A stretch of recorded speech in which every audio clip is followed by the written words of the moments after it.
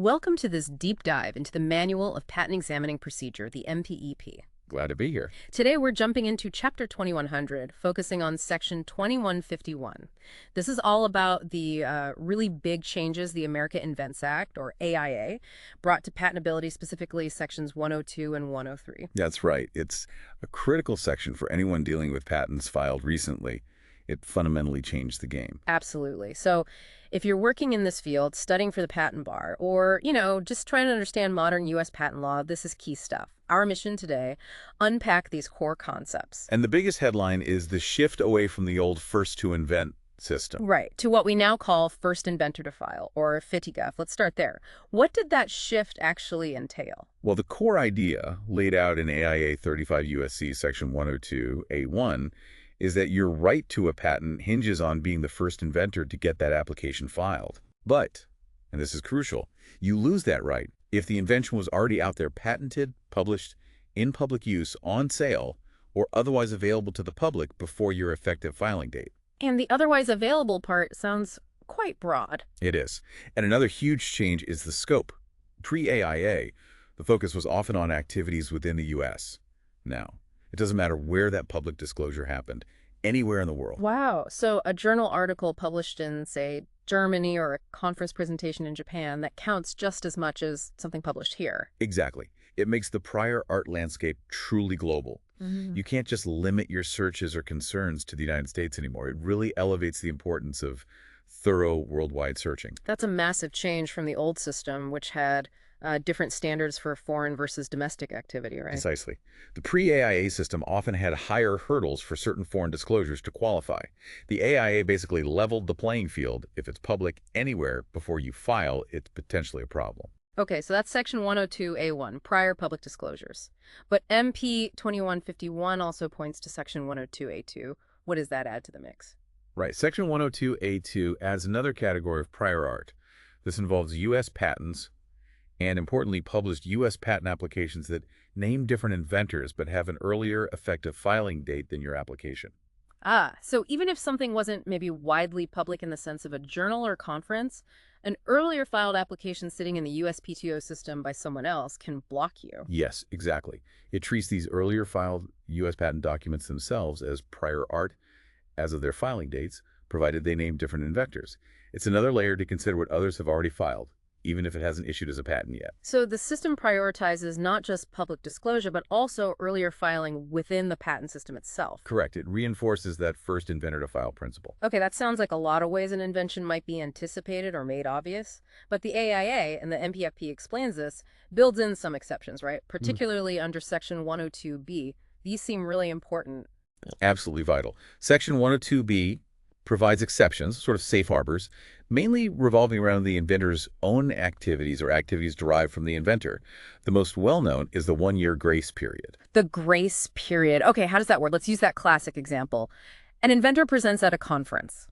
Okay, so under Section 102B1, if an inventor discloses their invention, say, at that conference, that disclosure won't be counted as prior art against their own later filed application, provided they file within 1 year of that disclosure. So they get a year's grace from their own public reveal. Yes, but and this is a really critical point. The MPP emphasizes the grace period generally only covers disclosures made by the inventor, a joint inventor, or someone who got the information from the inventor. Meaning, if someone else independently came up with the same invention and published it before you filed, even if it's within that 1 year window after your conference presentation, their independent publication could still be prior art against you. The grace period mainly protects you from your own disclosures, not necessarily from everyone else's during that year. Okay. That's a crucial distinction. It protects your own initial outreach, but the clock is still ticking regarding what others might be doing independently. Precisely. It's not a universal shield for that 1 year. Got it. Now, what about the other exceptions mentioned? Things related to co-inventors or joint research agreements? That sounds relevant for team-based R&D. Yes, those are in Section 102B2 and Section 102C.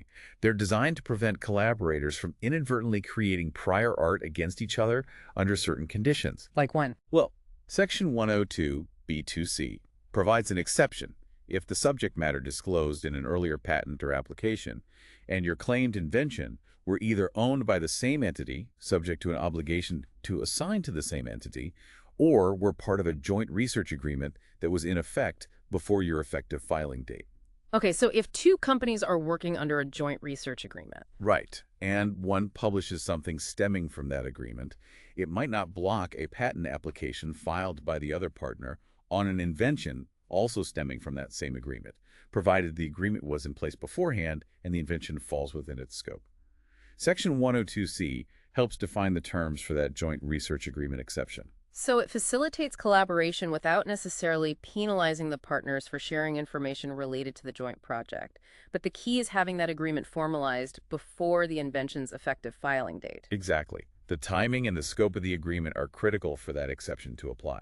Very important for companies working together. Okay, let's shift gears slightly to obviousness under AIA Section 103. The MPP says the basic idea is the same, but the timing is adjusted. That's a good way to put it. The core test for obviousness hasn't changed dramatically. Yeah. You still ask whether the differences between the invention and the prior art would have been obvious to a person of ordinary skill in the art, a faceta. Okay. But the AIA updates when you assess this. Instead of primarily focusing on the time the invention was made, which was key under the old system, AIA Section 103 aligns with FITIAF and focuses the obviousness analysis on the state of the art before the effective filing date of the claimed invention. So the question becomes, based on everything publicly known or filed before your effective filing date, would your invention have been obvious to a skilled person? Precisely. It ties the obviousness determination to that same critical filing date benchmark used for novelty under Section 102. And the MPP also reiterates something that was true even pre-AIA, right? That how you invented it doesn't matter for obviousness. Absolutely. Section 103 explicitly states, both pre- and post-AIA, that patentability isn't negated by the manner in which the invention was made. Whether it was a flash of genius or painstaking trial and error is irrelevant to the obviousness question. Good reminder. It's about the invention itself against the backdrop of the prior art.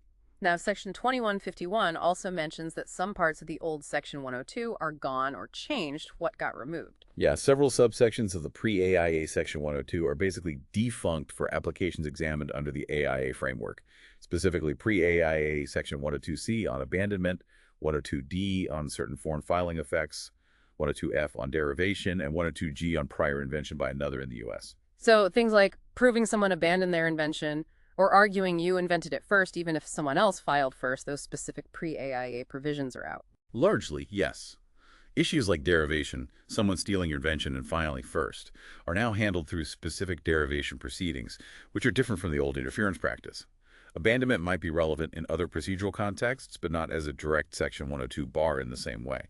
And prior invention by another, under 102G, isn't really a standalone concept anymore. The prior work generally needs to qualify as prior art under the new Section 102A rules, meaning it needed to be publicly disclosed or filed earlier. So the AIA really streamlined things, focusing heavily on public disclosures and filing dates and removing some of those older, more complex scenarios. That was definitely a major goal, yes, to create a clearer, more objective system based primarily on filing dates and public availability. And finally, the most practical question. When did all this take effect? What's the magic date? The MPP is very clear on this. The AIA's changes to Section 102 and 103 apply to any patent application that contains or ever contained even one claim having an effective filing date on or after March 16, 2013. March 16, 2013. So any application with an effective filing date before that generally falls under the old first-to-invent rules. That's the general rule, yes. There can sometimes be complexities with applications that bridge the date, like continuations with new claims, but March 16, 2013 is the fundamental dividing line. Most applications filed today are squarely under these AIA rules. Okay. So wrapping up our look at MPP 2151, it's undeniable that the AIA brought a sea change to U.S. patent law. Absolutely. Yeah. The move to first-inventor-to-file, the global prior art standard, the specific exceptions, the updated obviousness timing, it's a different world. It really is, and understanding these rules is just fundamental now. Remember, everyone, what we've discussed is an overview based on MPP 2151. Patent law is complex, details matter immensely. That's right. Always go back to the source, the MPEP itself, official guidance, or consult with qualified patent practitioners or instructors for specific situations. This isn't legal advice. Definitely not. But hopefully this gives you a solid grounding in these crucial AIA changes. So maybe think about how this fast-off world impacts your approach. Does it change how quickly you think about filing, how broadly you look for prior art?